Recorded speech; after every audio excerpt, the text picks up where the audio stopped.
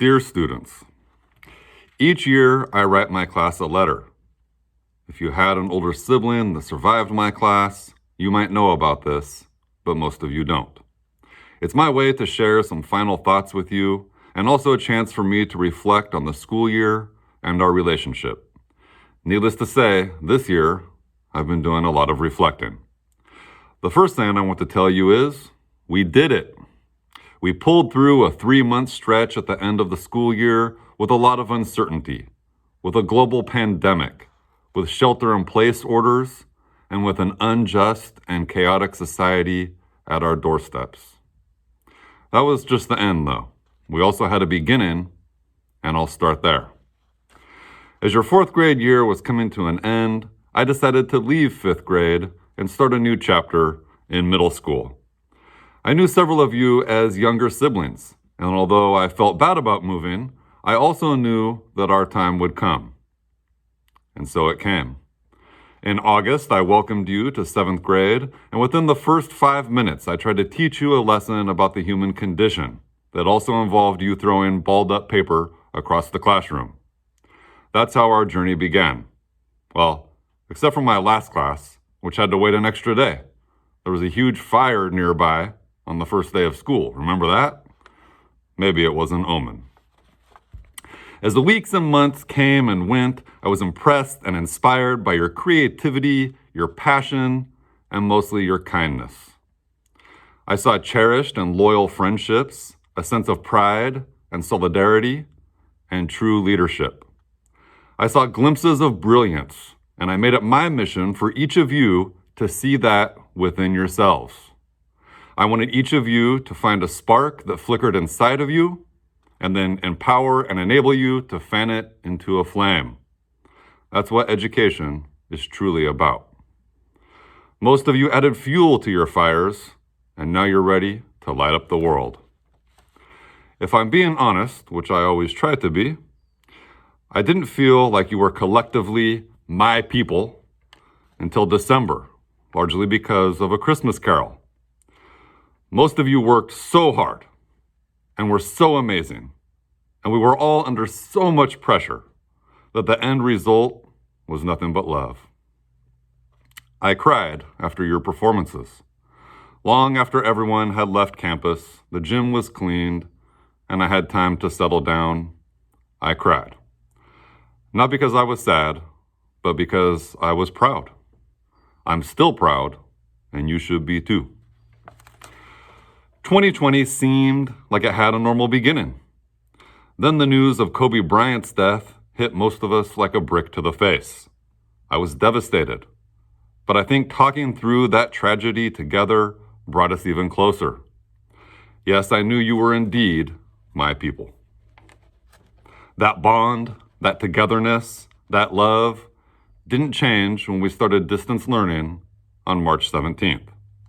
Looking back, it's pretty inspiring to think that you didn't miss a single day of learning because of the campus closure. I was on it, you were on it, our entire school was on it. Let's celebrate that. You know what else we should celebrate? How well you persevered through the months that followed. I keep tabs on dozens of the most talented and inspiring teachers in the country, and I can tell you that none of their students were doing what you were doing. You pulled off not one, but 2 PBL projects during distance learning, Connecting Myland and Light Up the Darkness. No matter what you were thinking at the time, right now you should sit back and take a lot of pride in that. You are all amazing young people capable of anything. That proved it. My final words to you as a group. Carpe diem. Don't forget that life is short and opportunities don't linger longer than they need to. Seize them when it's safe. Suck the marrow out of life, but don't choke on the bone. Judge not. The world is full of diversity, and if you truly want to understand the human condition, you need to leave your judgments behind. Light up the darkness. There's always hope for a better future, And that hope lives inside each of you. It's that flame I was talking about earlier. Never let it die. I want you to know that when I'm old and gray, I will look back on this school year with a smile. And I will always be here if you need me. I love you. Tupac out.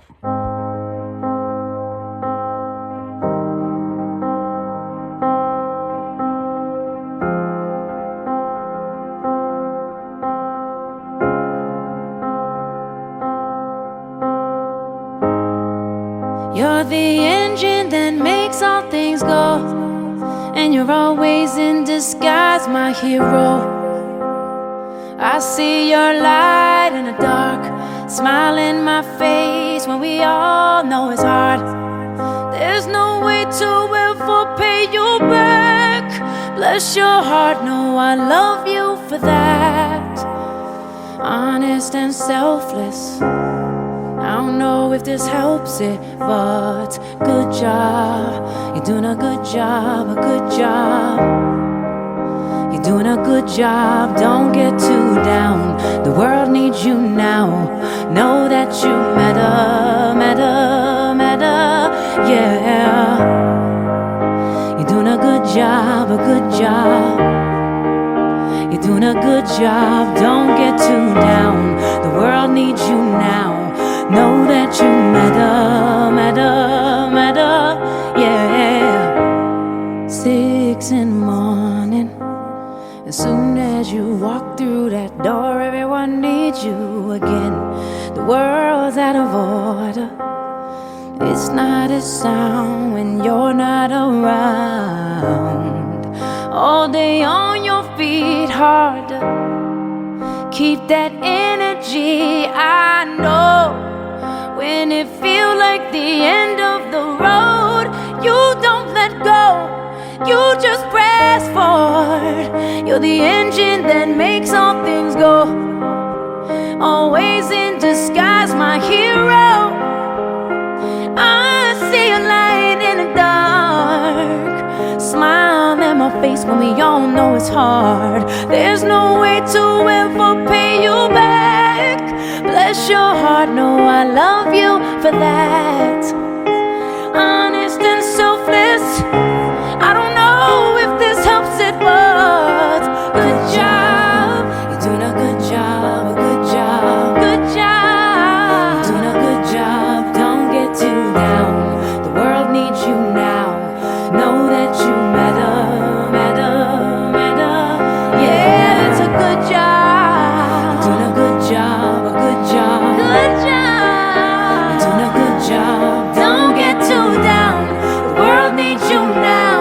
Know that you matter, matter, matter, yeah. The mothers, the fathers, the teachers that